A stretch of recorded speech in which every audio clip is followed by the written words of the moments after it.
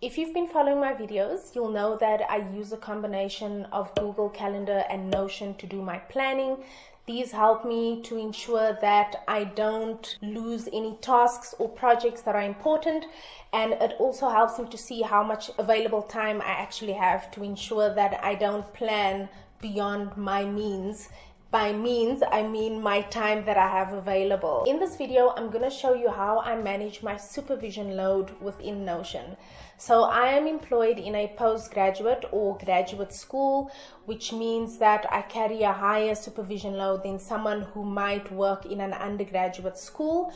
What happens with this is you need to learn to keep tabs on many students at the same time, because sometimes people slip through the cracks. So in order to ensure that I don't lose any of them along the way, I keep close track of them within Notion, and I'm going to walk you through how I do that. If you're new here, my name is Odile Mackett and I'm a lecturer. On my page, you will find a host of resources to help you become a more effective postgraduate student or academic. I also have a newsletter which you can sign up for at odilemackett.com. If you are a returning visitor, welcome back. Let's dive in.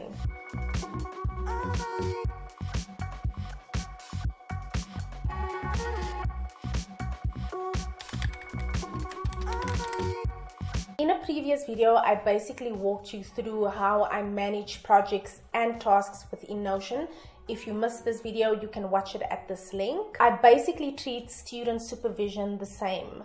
So each student that I take on, I treat as a new project. And I'm going to show you what such a project might look like on my supervision page in Notion. So this is housed within my general sort of research area. I have a supervision page and I've removed the names of my students here, but this is just to give you a sense of what the page looks like. So right at the top, I just have a button which takes me back to the research page.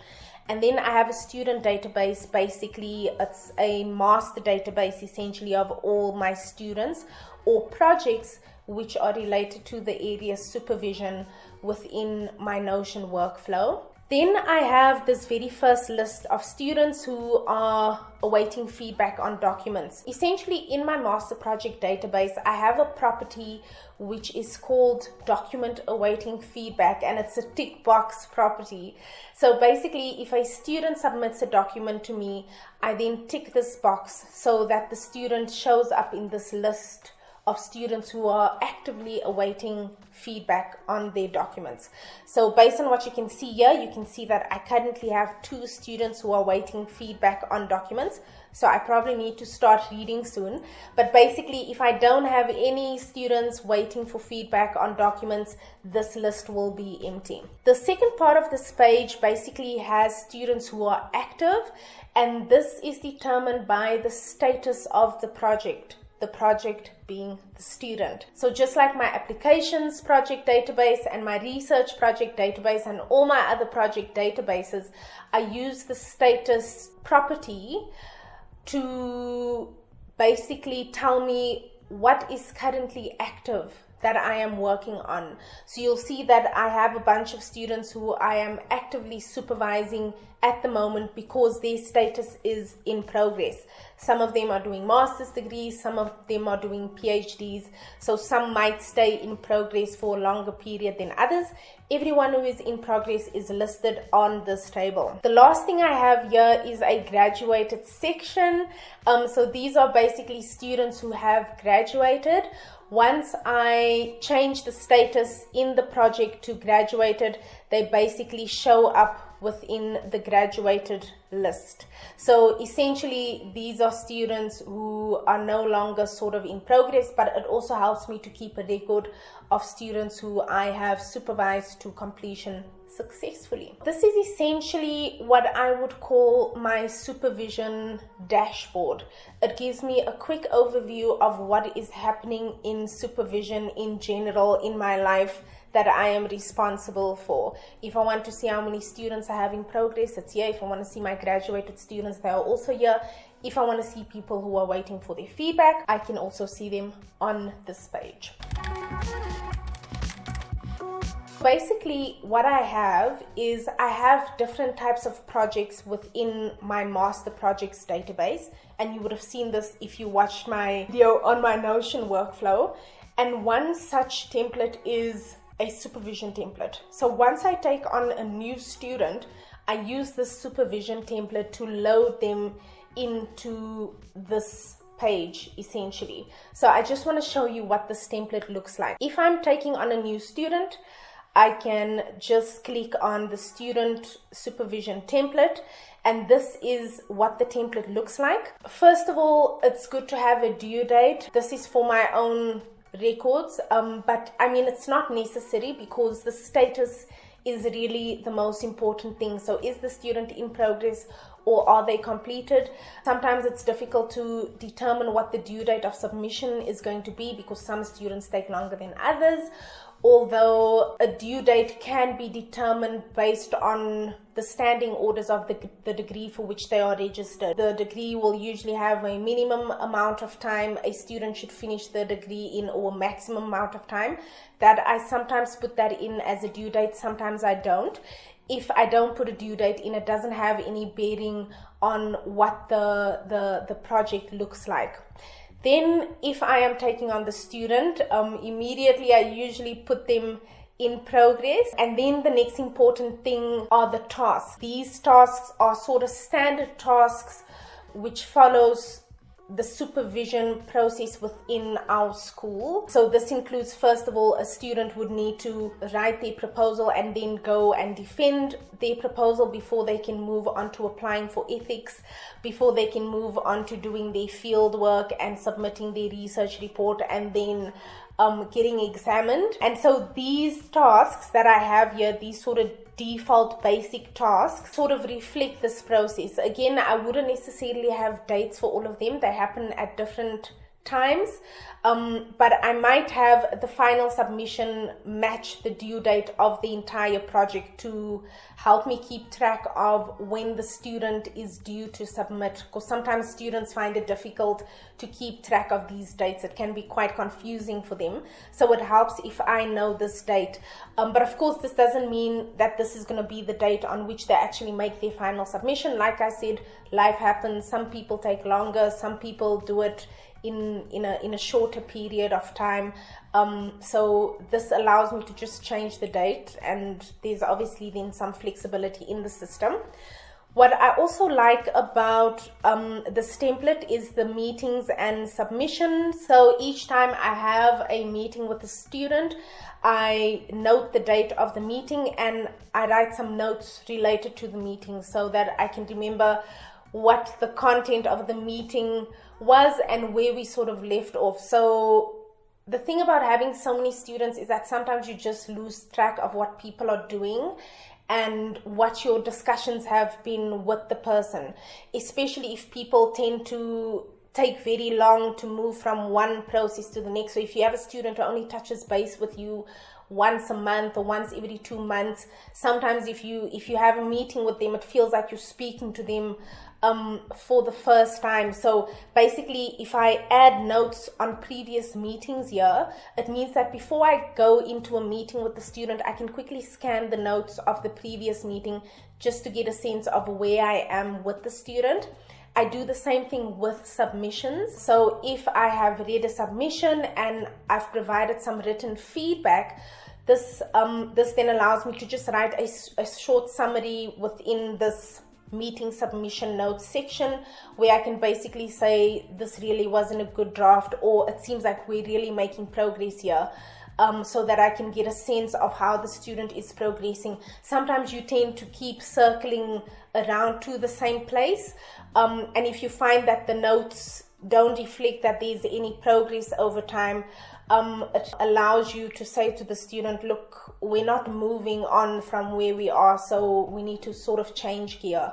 The nice thing that I also like about the submission capturing is that I usually have a date on which the submission is made. So if the student emails it, say on the 16th of October, that's the date that I will capture here on submission. And when I send it back, I will add an end date. So if they submitted on the 16th of October and I submitted, or I send it back to them on the 18th of October, I add an end date to this date property, and that basically then calculates a turnaround time, and that's for my own record, so I can get a sense of how long my students are waiting for feedback on their work. I don't usually try and do like 24-hour turnaround times, but I try and keep a certain standard. So 2 weeks for me is like a reasonable period within which to return documents. If I find that I'm taking too long, maybe students are waiting up to 3 weeks or up to a month, then I'll see if I can rearrange my planning to help these submissions get back to students at a faster pace. Then the very last thing I have here is any additional notes about the student.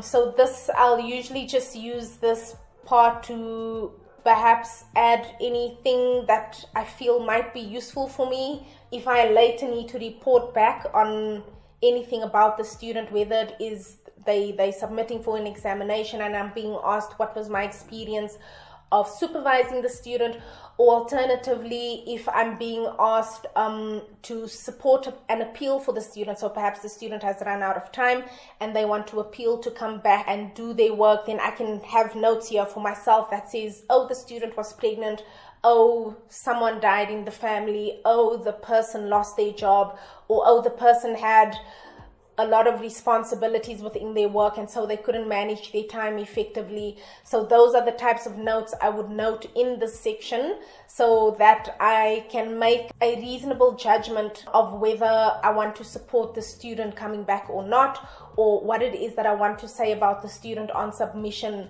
of their final report if it is necessary for me to provide a report back. Sometimes I'll also jot down ideas about who I might want to ask to examine their project based on how the project is evolving, and this I'll also note down in the section just so I don't forget it.